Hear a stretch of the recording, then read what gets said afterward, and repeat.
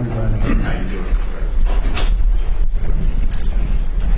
Well, thank you very much. We have some people that have captivated the attention of the whole world, not just our country, the whole world, and they're very brave, and there was a lot of rocket under them. I never saw anything like that. We were talking about it. It's I don't know how they do it. I wouldn't want to do it, but it takes people like this to make our country great. And again, I've never seen anything. Everybody I knew, they wanted to see the launch, and they especially wanted to see a successful landing. And Jared, I want to congratulate you what you've done at NASA. I made a great choice. And if you have any questions for any of us, feel free to ask. But we're very proud of these people. They have unbelievable courage, unbelievable. A lot of other things too, by the way. To get in there, you have to be very smart. You have to do a lot of things physically good. So I would have had no trouble making it. I'm physically very, very good. Maybe a little bit of a problem. I don't know, sure. We'll have to try it sometime. Is a president allowed to go up in one of these missions? We can get working on that, Mr. President. We'd have no problem, right? We're going to launch more rockets. The opportunities. We'll have to try it.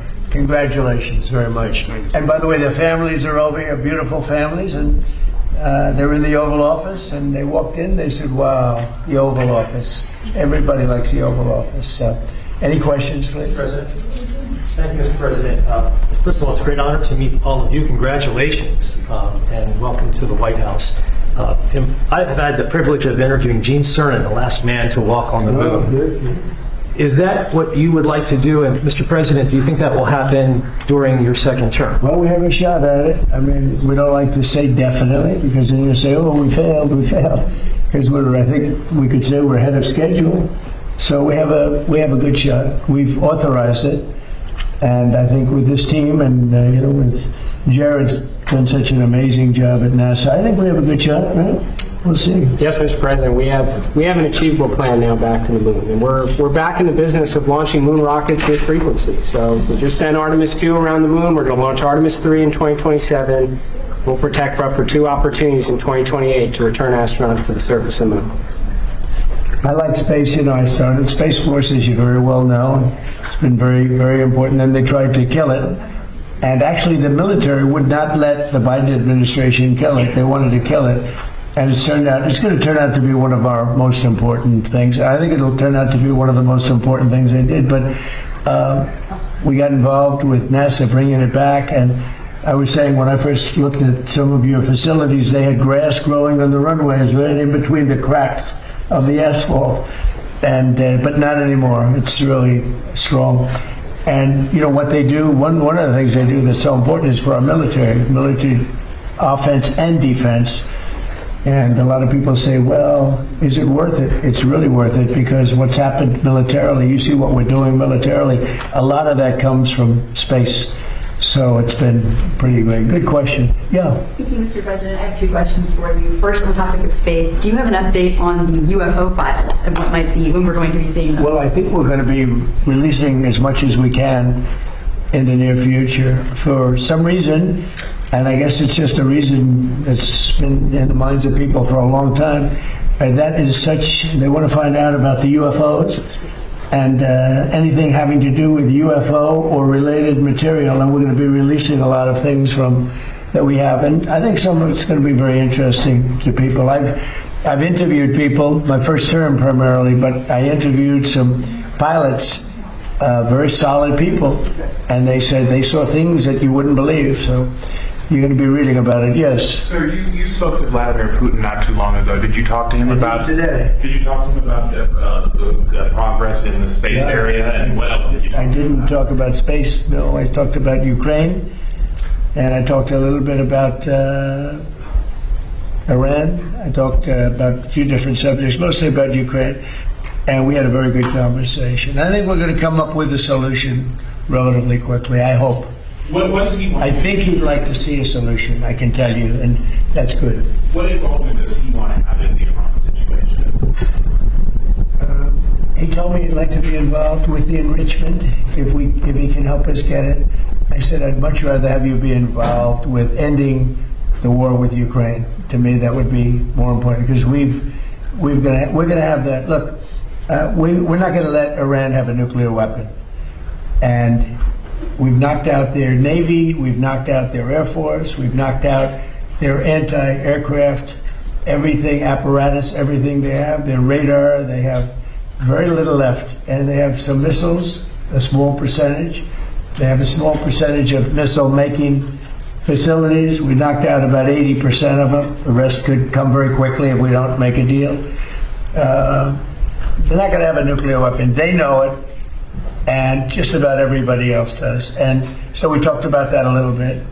He doesn't want to see them have a nuclear weapon either. But I had a long talk with President Putin. I suggested a little bit of a ceasefire, and I think he might do that. He might announce something having to do with it. Did he announce it yet? No, but I was wondering if I was going to ask you No, I about asked him about, even if it's a little ceasefire, there's so many people being killed, it's so ridiculous. Yeah. Thank you, Mr. President. In light of today's Supreme Court ruling on the Voting Rights Act, do you want Republican states in the South to look at redrawing congressional districts before the I don't think you have to midterms? tell me, when did the ruling come out? I've been with the astronauts, I've been with contractors because we're trying to get the ballroom built Yeah. ahead of schedule. It's right on schedule. It's ahead of schedule now. I want to keep it that way. It came out today. And I was also with commissioning some people, but one of, David Warrington's son, I don't know, you know David, everybody knows David. He's got this incredible son, so he was just sworn in, so we had other things. Tell me about what happened. Well, some think that the ruling can create more Republican-held congressional seats in the South. That's good. Yeah, would you want That's the them kind of to? ruling I like. Would you want them to When pursue did that that? happen? Well, the Supreme Court ruled on it this morning.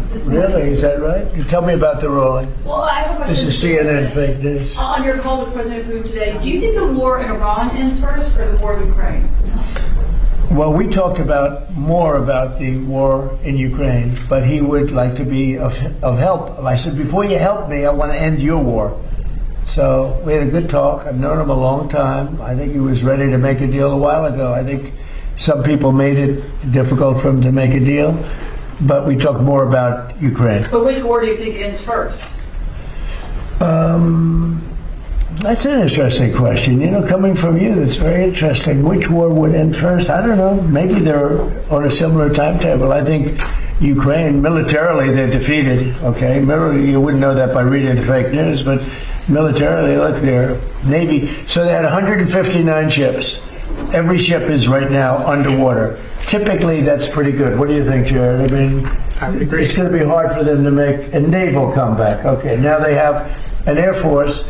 Every one of their planes has been shot down or has been decimated. They have missiles, about 82% are gone, and they have drones, and most of them are gone. Most of the factories are mostly gone, and we have tremendous anti-drone equipment now, between lasers and that new, very special machine gun that knocks them out of the air like flies. And we use bullets instead of $1 million, missiles to knock out a $30,000 drone. So I would say Jared would tell me that with everything you just heard, typically we're in pretty good shape. And in addition, their economy is crashing. Their, as you know, their money, they call it their money, they don't have a name for it. Their money is valueless. They've got inflation that nobody's ever seen before. Other than that, I think they're doing quite well. If you read the New York Times, you'd say they're doing wonderfully because it's fake news. Or if you watch CNN, I mean, you cover it all the time. You think they're doing well. Do you think they're doing well where they have no Navy, no Air Force, no anti-aircraft apparatus, other than what they may have put there? They may have brought in some light stuff during the ceasefire, and we know exactly where it is, so it'll be knocked out within the first 15 minutes. Mr. President,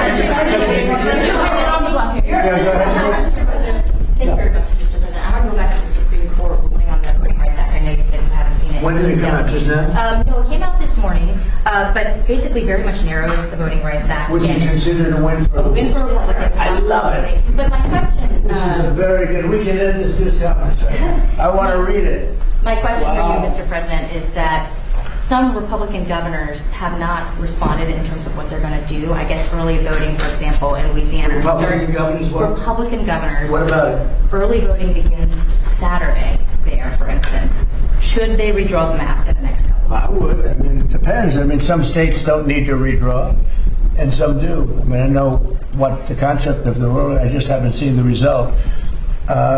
Yeah, I would say generally, I would think that they would want to do it. Some are greatly helped, and some, didn't make much difference. Yeah, I would say they would do that. They have time to do it. Yeah, please. Thank you, Mr. President. I want to ask you, there's a lot of drama on the House floor today. Several bills were stalled, and a rule took 2 hours to pass today, and there's still some tension over the farm bill. Do you think that you need to get more involved legislatively on Capitol Hill? Well, we want the farm bill. The Democrats don't. We want security, okay? We need security. We want security. The Democrats don't think we need security. They actually do, but they suffer greatly from Trump derangement syndrome, like at levels that nobody's ever seen. They're sick people. There's something wrong with them. They don't want to pay anybody for security. They don't like ICE. They don't like Border Patrol people. They don't like the people that keep us safe. When they ran this, they let 25 million people into our country, and many of those people were from prisons. They were from mental institutions, drug dealers, murderers. 11,888 murderers, half of whom committed more than one murder. They think that was fine. I happen to like law enforcement. They essentially want to defund law enforcement.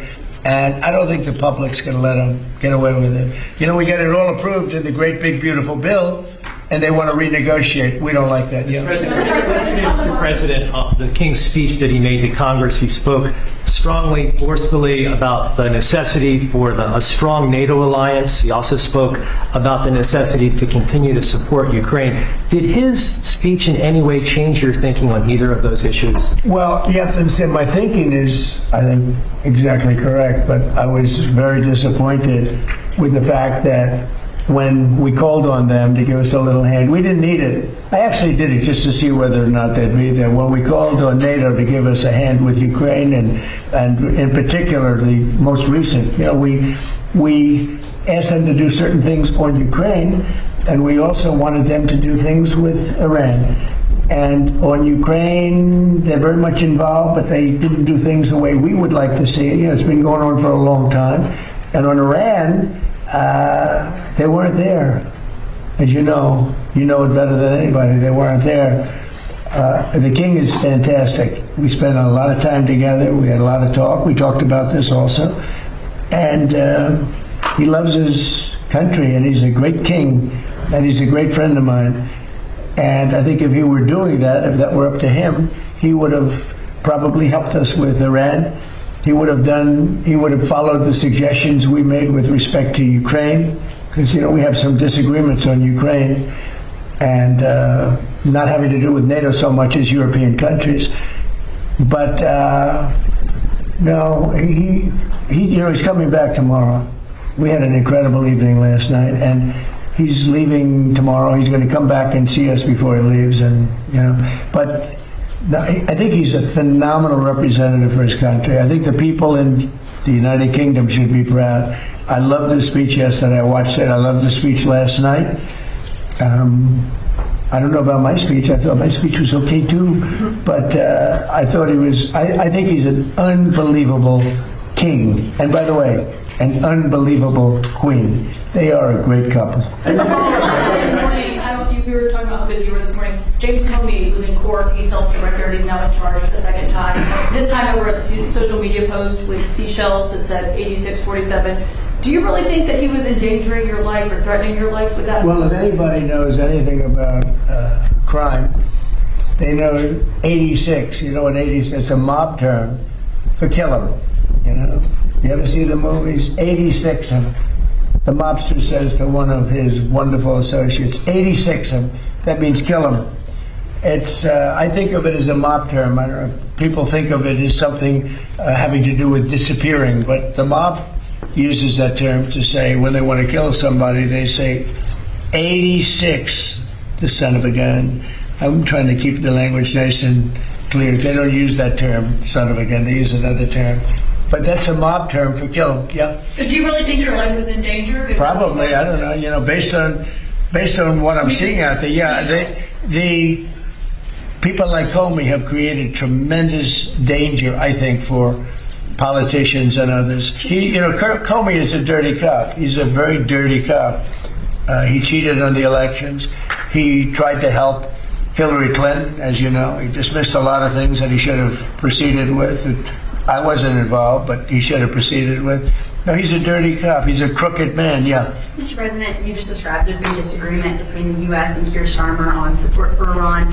Did your visit with the king smooth that over or create any more? My visit with the king really was it was extraordinary. I mean, he's an extraordinary man. He's an extraordinary person.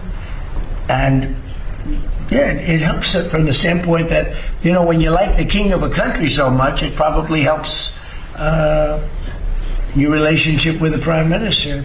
But, in that case, the prime minister, I said, do you want to send a little help? He said, no, we'll send it after you win the war. I said, that's not good. That's not good. What do you think of that, Jared? Sending help after we win the war? I don't know. Something that bothers me.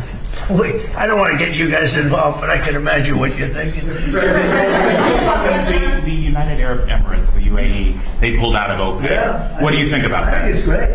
I think it's great. Look, I know him very well, Mohammed, and very smart. And he probably maybe wants to go his own way. That's a good thing. I think ultimately it's a good thing for getting the price of gas down, getting oil down, getting everything down. They have it all. He's a great leader, actually. So no, I'm okay. They're having some problems in OPEC. Mr. President, Kevin Warsh passed a hurdle today. The Senate Banking Committee confirmed his nomination and will go to the Senate floor. He'll be on the Fed in mid-May. Is it your expectation that he can persuade the other Fed governors to lower interest rates? Well, we'll see. I mean, they should, because it's a good time to lower them. We're the most prime country anywhere in the world. We're right now having investments made in our country at a level that nobody's ever seen. No other country's ever seen it. Tens of billions of dollars are being invested. Factories, auto plants, AI. I mean, not just AI, because AI is, we're leading China by a lot in AI, as you know. I'm letting them build their own electric plants. They're building them, otherwise you could never do it. It was a concept that I came up with. I'm very proud of it. And by the way, they're building electric plants that people in the utility industry have never seen before. They're saying, man, that's incredible. So they're building these massive buildings that cost billions of dollars, and they're building their own electric plants, so they're not taking from a source or the old grid, an old grid that would be able to do it. No, we're leading with everything, but in the history of our beautiful world, there's never been a country that has so much money being invested in it as us. And tremendous number of auto plants, by the way. The auto plants are coming out of Canada, Mexico, Japan, South Korea, Germany. They're all coming to the United States. And the reason is I have a very smart tariff policy. We were taken advantage of for years. We were being ripped off by other countries for years. And those days are over. Yeah, please. Mr. President, regarding Iran, how long are you prepared to maintain the blockade? Could that go several more months? Well, the blockade is genius, okay? The blockade has been 100% foolproof. It shows how good our Navy is, I can tell you that. Nobody's going to play games. We have the greatest military in the world, and I built much of it during my first term, and we've been building it since. And the greatest anywhere in the world, nobody even close. And you see that, whether it's Venezuela, and they have a good military in Venezuela, but it was over in one day. It was actually over in about 48 minutes. Iran, the same thing. I mean, militarily, we've wiped them out. They have no military left. It's all, the Navy's at the bottom of the sea. The Air Force is never going to fly again.